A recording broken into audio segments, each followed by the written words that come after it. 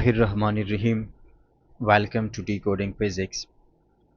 MDCAT mastery course में हम forces and motion chapter के एमसीक्यूज की डिस्कशन कर रहे हैं। फर्स्ट पार्ट में हमने 20 एमसीक्यूज कवर किए थे, जबकि इसमें थोड़े ज़्यादा करेंगे। क्वेश्चन नंबर 21 से स्टार्ट करते हैं। How large a force is required to accelerate a body of weight 5 Newton with acceleration 4 metre पर सेकंड स्क्वायर, और कहते हैं कि आप g की वैल्यू 10 मीटर पर सेकंड स्क्वायर ले लें। एक बॉडी है जिसकी वेट 5 न्यूटन है और हमने इसमें प्रोड्यूस करना है 4 मीटर पर सेकंड स्क्वायर एक्सेलरेशन। तो इतने एक्सेलरेशन प्रोड्यूस करने के लिए how much force is required. Force और एक्सेलरेशन आपस में रिलेटेड है न्यूटन सेकंड लॉ से, by F is equal to M A. अगर हम बॉडी के मास को एक्सेलरेशन से मल्टीप्लाई करें तो हमें फोर्स मिल जाता है, लेकिन यहाँ पर हमें मास नहीं गिवन, वेट गिवन है। तो हम क्या करेंगे, सबसे पहले वेट के वैल्यू से मास की वैल्यू फाइंड कर लेंगे, फिर एक्सेलरेशन के साथ मल्टीप्लाई करके हमें फोर्स मिल जाएगा। तो कैसे करेंगे, we know that weight is equal to mg, mass multiply by g। तो अगर हमें मास फाइंड करना है, g इस साइड पर डिवाइड हो जाएगा, तो mass is equal to weight divided by g। और वेट की वैल्यू कितना है, 5 है, g की वैल्यू 10 है, तो 5 divided by 10 is equal to 1/2 या हाफ। ठीक है, अब इस मास के वैल्यू को फोर्स के फार्मूला में पुट करें, तो फोर्स इज इक्वल टू 1/2, ये मास हो गया, मल्टीप्लाई बाय 4 जो कि मीटर पर सेकंड स्क्वायर एक्सेलरेशन हमने प्रोड्यूस करना है। 2 1 are 2 और 2 2 are 4। 2 न्यूटन फोर्स हमें रिक्वायर्ड होगा, ऑप्शन बी। एक 5 न्यूटन वेट के ऑब्जेक्ट में 4 मीटर पर सेकंड स्क्वायर एक्सेलरेशन प्रोड्यूस करने के लिए। नेक्स्ट क्वेश्चन है, a body having uniform acceleration of 10 meter per second square has a velocity of 100 meter per second. In what time its velocity will be double? एक body है जिसका acceleration हमें given है कि वो है 10 मीटर पर सेकंड स्क्वायर और इसकी इनिशियल वेलोसिटी है 100 मीटर पर सेकंड। कितने टाइम बाद इसकी वेलोसिटी डबल होगी? तो डबल का मतलब क्या, 100 मीटर पर सेकंड स्क्वायर है, इसका डबल कितना होगा, 200 मीटर पर सेकंड। सॉरी, स्क्वायर नहीं है, मीटर पर सेकंड है। 200 मीटर पर सेकंड ये फाइनल वेलोसिटी है, ये इनिशियल वेलोसिटी है। एक्सेलरेशन हमें गिवन है, सिर्फ टाइम को फाइंड करना है, तो एक्सेलरेशन के फॉर्मूला से कर लेंगे। Acceleration is equal to final velocity minus initial velocity divided by time. हमें टाइम फाइंड करना है, तो time is equal to final velocity minus initial velocity divided by acceleration. Values put करें, फाइनल वेलोसिटी 200, इनिशियल वेलोसिटी 100, सब units same है, मतलब सारे S I standard form में है, तो लिखने की ज़रूरत यूनिट्स की नहीं है। डिवाइड बाय 10, 200 से 100 को माइनस करके 100 और 100 divide by 10 is equal to 10, तो 100 divide by 10 is equal to 10 seconds. 10 seconds बाद इसकी वेलोसिटी डबल होगी। ये आप कॉमन सेंस से भी कर सकते हैं विदाउट कैलकुलेशन, कि अगर इसकी इनिशियल वेलोसिटी 100 मीटर पर सेकंड है और यूनिफॉर्म एक्सेलरेशन ऑफ 10 मीटर पर सेकंड स्क्वायर, का मतलब क्या है कि हर सेकंड में 10 मीटर पर सेकंड इसकी वेलोसिटी इंक्रीज हो रहा है, तो एक सेकंड बाद इसकी वेलोसिटी 110 मीटर पर सेकंड हो जाएगी, दूसरे सेकंड के बाद 120, तीसरे के बाद 130, और इस तरह 10 सेकंड्स के बाद वो 200 पर पहुंच जाएगी। तो ये आप इस तरह भी कर सकते हैं। क्वेश्चन 23 है, velocity of an object dropped from a building at any instant T is given by. अगर एक ऑब्जेक्ट को हम किसी बिल्डिंग से ड्रॉप करते हैं तो उसकी वेलोसिटी किसी भी टाइम टी पर हम कैसे फाइंड करेंगे? ये जो ऑप्शन सी में है ना, ये फॉर्मूला है वेलोसिटी के लिए, V F is equal to we I T plus half G T square. लेकिन हमने ड्रॉप किया है तो इसका इनिशियल वेलोसिटी जीरो है, वी आई जीरो है, तो इस फार्मूले में हम वी आई को जीरो करेंगे और ये फार्मूला बन जाएगा ऑप्शन ए वाला formula, half G T square. ये बहुत इंपॉर्टेंट है, इस चैप्टर के बहुत सारे न्यूमेरिकल्स इस फार्मूले से सॉल्व होते हैं कि final velocity is equal to half G T square. आगे आप आगे बहुत ज़्यादा यूज़ होगा ये फार्मूला। अगला क्वेश्चन है question number 24. A ball is thrown off, is thrown है या thrown है जो भी है, with velocity 20 meter per second at an angle of 60 degree with x-axis. The horizontal velocity of the ball at the top position is. एक ball है जिसको हमने 20 मीटर पर सेकंड वेलोसिटी और 60 डिग्री एंगल विद हॉरिजॉन्टल के साथ throw किया, तो उसकी हॉरिजॉन्टल वेलोसिटी टॉप पोजीशन पर क्या होगी। देखिए एक बात तो कंफर्म है कि प्रोजेक्टाइल मोशन में horizontal velocity through out the journey constant होती है। तो जो इनिशियल हॉरिजॉन्टल वेलोसिटी होगी वो एट द टॉप पोजीशन भी होगी, वो 5 सेकंड्स बाद भी होगी, वो 5 मीटर हाइट पर भी वही होगी, हर पॉइंट पर सेम होगी। तो हमें सिर्फ इनिशियल हॉरिजॉन्टल वेलोसिटी फाइंड करना है और वही हमारा आंसर होगा। अब हॉरिजॉन्टल वेलोसिटी Vx का फॉर्मूला क्या है, initial velocity into cos theta. यहाँ पर cos 60 डिग्री है और इनिशियल वेलोसिटी 20 मीटर है, तो 20 मल्टीप्लाई बाय cos 60 डिग्री, और cos 60 वन हाफ के इक्वल होता है, जिसका मतलब है कि ओवरऑल इसकी हॉरिजॉन्टल वेलोसिटी 20 का हाफ हो जाएगा। तो 20 का हाफ क्या है, 10 मीटर पर second, option C. Question number 25.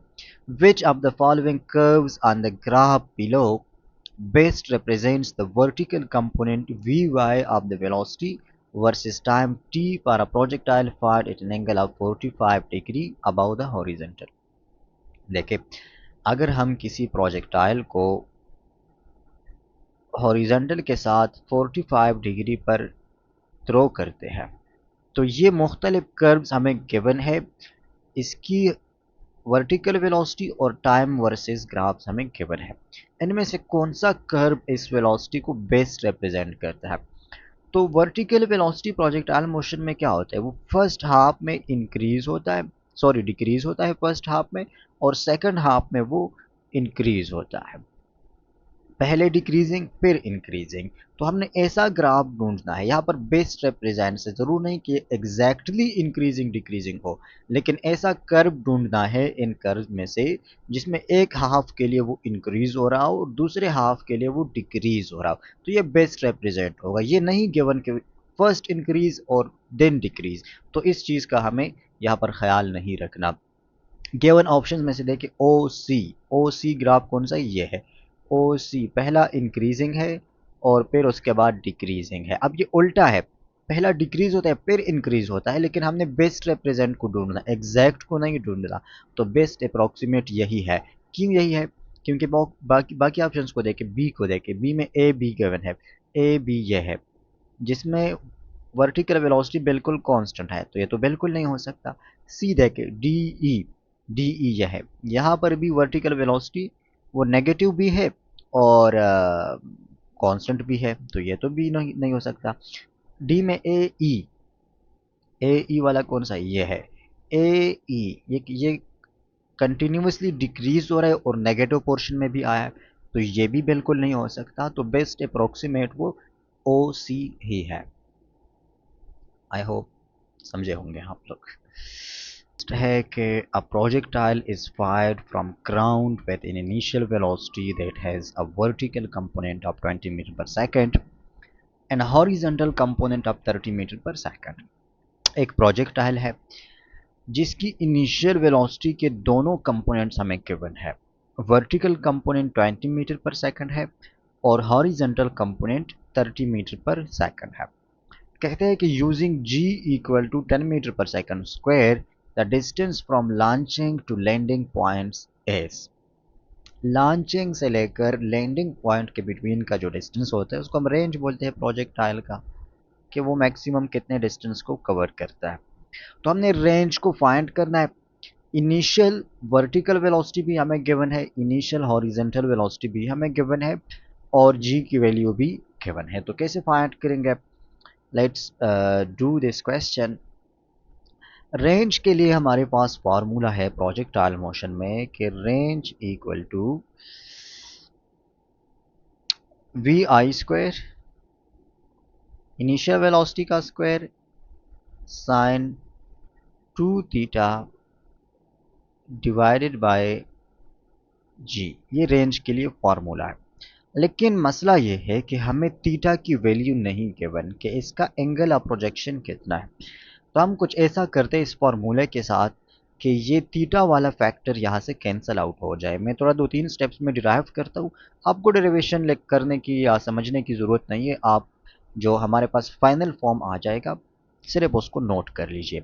Sign 2 theta को मैं लिख सकता हूँ 2 times of sine theta in cos theta. तो मैं इस पूरे फार्मूले को लिख सकता हूँ वी आई स्क्वायर साइन 2 थीटा की जगह पर मैं लिख दूंगा 2 times of sine theta into cos theta. ये मैथमेटिकल फार्मूला है जो कि इसके इक्वल है, और डिवाइडेड बाय जी अपनी जगह पर आ जाएगा। अब अगेन इस 2 को मैं बाहर निकालता हूँ, वी आई का स्क्वायर है, तो स्क्वायर का मतलब क्या होता है कि वी आई इंटू वी आई, ये 2 टाइम्स इनिशियल वेलोसिटी है। तो 1 टाइम इनिशियल वेलोसिटी को मैं साइन थीटा के साथ लिख दूंगा और 1 टाइम को मैं कॉस थीटा के साथ लिख दूंगा, और 2 बाहर आ जाएगा। तो ओवरऑल मैं इस फॉर्मूला को लिख सकता हूँ 2 times v i sine theta into v i cos theta divide by G, ये इस तरह हो जाएगा। अब ये क्या है, what is this, v i sine theta, ये वर्टिकल इनिशियल वेलोसिटी है, वी वाई जिसको हम बोलते हैं, और वी आई कॉस थीटा क्या है, ये हॉरिजेंटल इनिशियल वेलोसिटी है, वी एक्स है। तो मैं लिख सकता हूँ कि this is equal to 2 v y vertical initial velocity और एन two v x horizontal initial velocity divided by G. अब ये सारे वैल्यूज हमें गिवन है, वर्टिकल इनिशियल वेलोसिटी भी गिवन है, हॉरिजॉन्टल इनिशियल वेलोसिटी भी गिवन है, जी भी गिवन है। अब सिंपली इसमें वैल्यूज को पुट कर लीजिए। तो वर्टिकल इनिशियल वेलोसिटी की वैल्यू 20 मीटर पर सेकंड है, हॉरिजॉन्टल की वैल्यू 30 मीटर पर सेकंड है, जी की वैल्यू क्या है, वो 10 है। तो ये 10 तो इसके साथ कैंसिल होकर ये 3 हो जाएगा। 2 multiply by 3 is equal to 6 और 6 multiply by 20 is equal to 120 metre. तो 120 मीटर इसका आंसर है, ऑप्शन डी। क्वेश्चन नंबर 27 है, a students life was saved in automobile accident. किसी स्टूडेंट ने एक्सीडेंट किया था लेकिन उसकी ज़िंदगी बच गई थी। क्यों बच गई थी? Because in air bag expanded in front of his head, क्योंकि उसका जो गाड़ी था, जो कार थी, तो उसमें एयर बैग था और एयर बैग उसके सर को उसके क्या क्या छुपा दिया या एक्सपेंड हुआ जो भी था। If the car had not been equipped with an airbag, the windshield would have stopped the motion of his head in a much shorter time. अगर ये एयरबैग ना होता तो जो विंडशील्ड थी, या आप कह सकते हैं कि जो एक्सीडेंट था, तो उसका जो कोलिजन का टाइम था तो वो बहुत शॉर्टर होता था, द टाइम ऑफ कोलिजन बहुत कम होता था। लेकिन एयरबैग ने क्या किया कि उसने कोलिजन के टाइम को एक्सपेंड किया, ज़्यादा कर दिया कोलिजन के टाइम। अब कहते हैं compare to the windshield the air bag, air bag ने कोलिजन के टाइम को तो शॉर्टर कर दिया, लेकिन इस शॉर्टर करने से ऐसा क्या हो गया कि वो उसकी ज़िंदगी बच गई या उसको ज़्यादा नुकसान नहीं हुआ। देखिए ये क्वेश्चन एक और तरीके से भी पूछा जाता है जो कि आगे आएगा। वो ये है कि हमें पता है कि force is equal to the rate of change in momentum, ये हमें पता है। और इंसान को कोलिजन के दौरान कौन सा चीज़ ज़्यादा हर्ट करती है, चेंज इन मोमेंटम। अगर मोमेंटम में ज़्यादा चेंज आता है और कम टाइम में आता है तो वो ज़्यादा डैमेज होता है। अगर कम मोमेंटम में चेंज आता है ज़्यादा टाइम में तो वो कम डैमेज होता है। अब यहाँ पर टाइम एक्सपेंड होता है, टाइम इंक्रीज होता है ड्यू टू एयर बैग। तो इंक्रीज इन टाइम की वजह से फोर्स पर क्या इफेक्ट होगा, फोर्स डिक्रीज होगा, कम फोर्स एग्जर्ट होगा उसके सर पे और उसको नुकसान जो है वो कम हुआ। तो by by expending the time, या टाइम जो है वो इंक्रीज करने से फोर्स डिक्रीज होता है। तो option D exerts a much smaller force. Kinetic energy, एम्पल्स, momentum वो बात की बातें हैं, लेकिन टाइम इंक्रीज करने से कोलिजन में जो फोर्स एग्जर्ट होता है वो कम होता है और अल्टीमेटली चेंज इन मोमेंटम भी कम ही होगी। क्वेश्चन नंबर 28 है, which of the following velocity time graphs represent infinite acceleration. Infinite acceleration कब होगी वेलोसिटी टाइम ग्राफ में? तो वेलोसिटी टाइम ग्राफ को थोड़ा सा ड्रा करते हैं, ये टाइम है और ये वेलोसिटी है। इनफाइनाइट एक्सेलरेशन तब होगी, हमें पता है कि acceleration is equal to velocity divide by time. जब वेलोसिटी में टाइम आ रहा हो, चेंज आ रहा हो इन ऑलमोस्ट 0 सेकंड्स, टाइम को हम ज़ीरो कर लेते हैं और वेलोसिटी को, वेलोसिटी में चेंज आ रहा हो तो तब हमारे पास एक्सेलरेशन इनफाइनाइट होगी, क्योंकि any quantity divide by zero is equal to infinite. तो टाइम में चेंज कब ज़ीरो होगा? जब ये जो टाइम एक्सिस है इसमें बिल्कुल चेंज ही ना आए, सीधा इस तरह का लाइन हो, इस तरह का ग्राफ हो, तो ये रिप्रेजेंट करता है इनफाइनाइट एक्सेलरेशन को। अब ये ग्राफ वेलोसिटी एक्सिस के पैरेलल है और टाइम एक्सिस के परपेंडिकुलर है। तो आइए ऑप्शंस को देखते हैं। ऑप्शन ए है straight line normal to time axis. एक स्ट्रेट लाइन होगी और परपेंडिकुलर या नॉर्मल टू टाइम एक्सिस होगी, तो यस इस केस में एक्सेलरेशन इनफाइनाइट होगी। दूसरा option straight line incline to the time axis it in angle of 45 degree. अगर ये 45 डिग्री पर इंक्लाइंड हो टाइम एक्सिस के और स्ट्रेट लाइन हो तो फिर तो ये यूनिफॉर्म एक्सेलरेशन को रिप्रेजेंट करता है, इनफाइनाइट नहीं होता। सी है straight line parallel to time axis. अगर टाइम एक्सिस के पैरेलल स्ट्रेट लाइन है तो ये कांस्टेंट वेलोसिटी को रिप्रेजेंट करते हैं और एक्सेलरेशन उस केस में जीरो होगा। ऑप्शन डी है straight line incline to time axis at an angle of 135 degree. नहीं हो सकता, कोई ना कोई एक्सेलरेशन होगी उस केस में। क्वेश्चन 29 है a train of length 150 metre is going to north with a speed of 10 metre per second.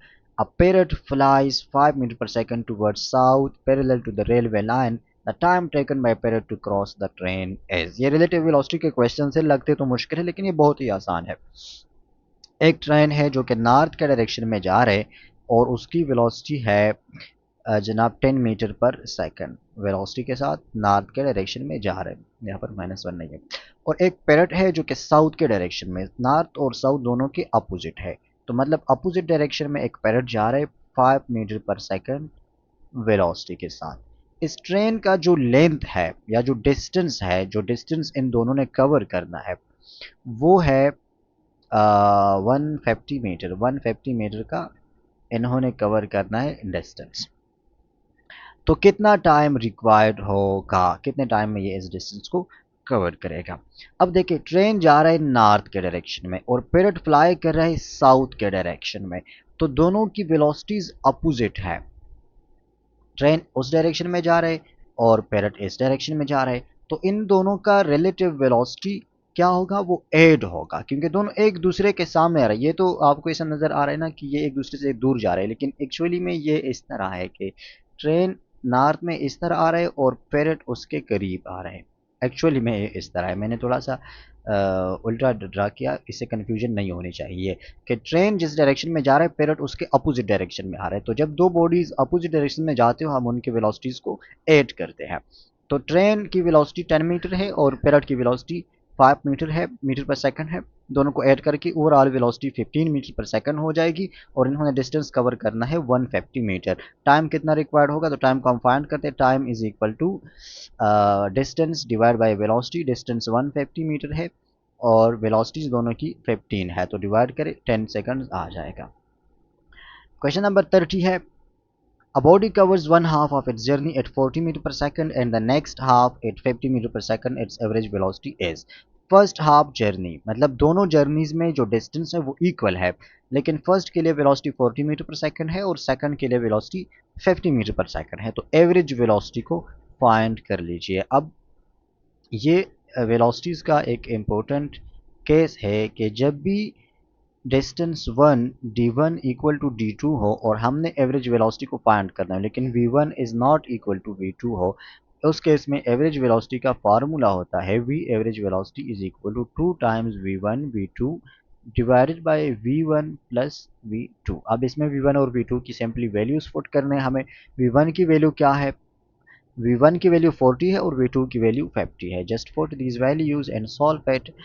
ये 40 है और ये जो है जनाब 50 है, डिवाइडेड बाय 40 प्लस 50। तो सॉल्व कर लीजिए इसको। 2 और 40 को मल्टीप्लाई करके 80 हो जाएगा। ये 80 मल्टीप्लाई बाय 50 डिवाइडेड बाय 90 हो गया। एक ज़ीरो के साथ कैंसिल और इससे ऊपर वाले से आ जाएगा 5 8 ज़ा 40 आता है, तो ये 400 हो जाएगा डिवाइड बाय 9 और 400 को 9 पर डिवाइड करें, 9 1 ज़ा 9 9 4 ज़ा 36। अगेन यहाँ पर 4 आ जाएगा 40 हो जाएगा, तो अगेन 9 4 ज़ा 36, फिर पॉइंट लगाए, फिर 4 आ जाएगा, फिर 4 4 4, ये कंटिन्यूस चेंज बन जाएगा। लेकिन हमारे पास आंसर आ गया 44.4 मीटर पर second average velocity. So the answer is 44.4 meter per second. Option number A. Question number 31 है the rate of change of momentum for a freely falling object is always. rate of change of momentum किस चीज़ के equal होता है? Force के equal होता है. तो free falling object में फोर्स इक्वल होता है फोर्स ऑफ ग्रेविटी या वेट के इक्वल होता है and weight is equal to mg. इसका मतलब है कि मोमेंटम में जो चेंज आएगा वो mg के इक्वल होगा. Option A. 32 है a car of mass 800 kg is being driven along a level road. एक कार है जिसका मास 800 kg है और वो एक लेवल रोड पर ड्राइव कर रहा है. Engine supplies a forward force. Engine उस पर forward force of 3600 Newton apply करते हैं. ये इंजन है फॉरवर्ड डायरेक्शन में इतना फोर्स एग्जर्ट करता है. And the total resistive force is 2000 Newton और 2000 न्यूटन इस पर रेजिस्टिव फोर्स इस डायरेक्शन में लग रहा है. तो what is acceleration of the car. Car की एक्सेलरेशन को फाइंड कर लीजिए. अब एक्सेलरेशन का फॉर्मूला तो वही है F is equal to M A है. तो यहाँ से एक्सेलरेशन के लिए सॉल्व करें. Acceleration is equal to force divided by mass. Mass हमें गिवन है, हमें फाइंड करने फोर्स. लेकिन यहाँ पर हम नेट फोर्स को फाइंड करेंगे. दो फोर्सेस गिवन है और दोनों अपोजिट डायरेक्शंस में है. तो जब अपोजिट डायरेक्शन में फोर्सेस होंगे हम सिंपली उनको माइनस करेंगे नेट फोर्स को निकालने के लिए. 3600 से 2000 को माइनस करेंगे तो हमारे पास नेट फोर्स आ जाएगा जो कि 1600 न्यूटन है. नेट फोर्स इस केस में कितना है? 1600 न्यूटन और फॉरवर्ड डायरेक्शन में 1600 न्यूटन क्योंकि ये वाला ग्रेटर है और ये वाला स्मॉलर है. तो नेट फोर्स की वैल्यू पुट करें और मास की वैल्यू पुट करें. Net force is 1600 newton. Mass की वैल्यू वो 800 kg है. तो 1600 को 800 पर डिवाइड करके we will get the answer 2 metre पर second square. Option A. Next question है a body is falling freely under gravity. How much distance it falls during an interval of time between first and second seconds of its motion. इस तरह अक्सर question पूछे जाते हैं. First और second की बजाय फिफ्थ और सिक्स भी पूछे जा सकते हैं. नाइन्थ और ट्वेल्थ के बिटवीन भी पूछे जा सकते हैं. कुछ भी पूछे जा सकते हैं. तो आइए इसके लिए एक सिंपल सा शॉर्टकट निकालते हैं और इसको थोड़ा सा डिटेल में समझने की कोशिश करते हैं. कोशिश लेकिन यहाँ पर ये स्लाइड ख़त्म हो गया जनाब. तो हम क्या करेंगे, नेक्स्ट स्लाइड ले लेंगे ना, या चलो यहाँ पर ही इसको सॉल्व कर लेते हैं इस क्वेश्चन को. एक ऑब्जेक्ट है अगर वो फ्री फॉल है तो फर्स्ट सेकंड में और सेकंड सेकंड के बिटवीन कितना डिस्टेंस कवर करेगा. जो distance covered in first second है या इन सेकंड सेकंड है जब भी फ्री फॉल की बात होती है तो वो इक्वल होता है हाफ जी टी स्क्वायर के. हाइट या डिस्टेंस कवर्ड इक्वल होता है हाफ जी टी स्क्वायर की जब इनिशियल वेलोसिटी जीरो हो. अगर इनिशियल वेलोसिटी हो तो फिर V I T plus half G T square हम पुट करेंगे, लेकिन यहाँ पर इनिशियल वेलोसिटी जीरो है. हमें फाइंड करना है difference for 1 and for 2 seconds. तो H1 हमारे पास हो जाएगा T1 और H2 हमारे पास हो जाएगा सेकंड सेकंड में. हम T की वैल्यू को 2 पुट करेंगे. डिफरेंस फाइंड करने तो H2 माइनस H1 करेंगे. H2 minus h1 distance covered in second minus distance covered in first second और ये इक्वल हो जाएगा half g2 square minus half gt1 square. अब यहाँ पर हाफ और g दोनों में कॉमन है तो इसको कॉमन ले लीजिए. हाफ g को कॉमन लिया और यहाँ पर रह गया t2 square minus t1 square. g की वैल्यू 10 लेना है और 10 डिवाइड बाय 2 करेंगे तो ये 5 हो जाएगा. और भी इस क्वेश्चन को सॉल्व इजी कर लेते तो ये 5 हो गया into t2 square minus t1 square. अब ये शॉर्टकट हमारे पास निकल गया. इस तरह क्वेश्चन को सॉल्व करने के लिए ये अपने साथ नोट कर लीजिए. हम सिंपली क्या करेंगे, जो दूसरा वाला टाइम होगा चाहे वो सेकंड सेकंड बोला हो या फिफ्थ बोला हो या 10th बोला जो भी हो उसको पुट करेंगे उसका स्क्वायर माइनस फर्स्ट वाले टाइम का स्क्वायर मल्टीप्लाई बाय 5. यहाँ पर सेकंड सेकंड कितना है वो 2 है तो 2 का स्क्वायर 4 हो जाएगा और 1 का square 1. 4 minus 1 is equal to 3 and 3 multiply by 5 is equal to 15 metre. इस तरह आप इसमें कोई भी वैल्यू पुट करके आपको आंसर मिल जाएगा. ठीक है, तो 15 मीटर हमारा इस क्वेश्चन का आंसर है. क्वेश्चन नंबर 34 है if the speed of a particle at the end of 4 successive hours is 20, 25, 30 and 35 kilometre पर hour, then the acceleration of the particle is. अगर एक बॉडी है, 1 घंटे गुजरने के बाद उसकी स्पीड 20 किलोमीटर पर आवर है, दूसरे घंटे बाद उसकी स्पीड 25, उस फिर 30 किलोमीटर पर आवर, फिर 35 किलोमीटर पर आवर, तो देखें ना इसमें 5 किलोमीटर पर आवर इंक्रीज आ रहा है। इसका मतलब है कि बॉडी की एक्सेलरेशन 5 किलोमीटर पर आवर है, 5 किलोमीटर पर आवर स्क्वायर है। ठीक है, एक्सेलरेशन में स्क्वायर भी है, तो ऑप्शन सी 5 किलोमीटर पर आवर स्क्वायर। 35 है, a bomb is dropped from an aeroplane moving horizontally with a speed of 200 miles per hour.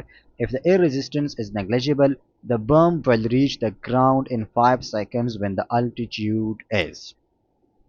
एक बम को फेंकता है कोई भी एरोप्लेन जिसकी हॉरिजेंटली स्पीड है 200 माइल्स पर आवर, लेकिन इससे हमारा कोई लेना देना इसलिए नहीं है क्योंकि बम जब ग्राउंड तक आता है, जो वर्टिकल डिस्टेंस कवर करता है वो हॉरिजॉन्टल वेलोसिटी पे डिपेंड नहीं करता, वो सिर्फ वर्टिकल वेलोसिटी पे डिपेंड करता है।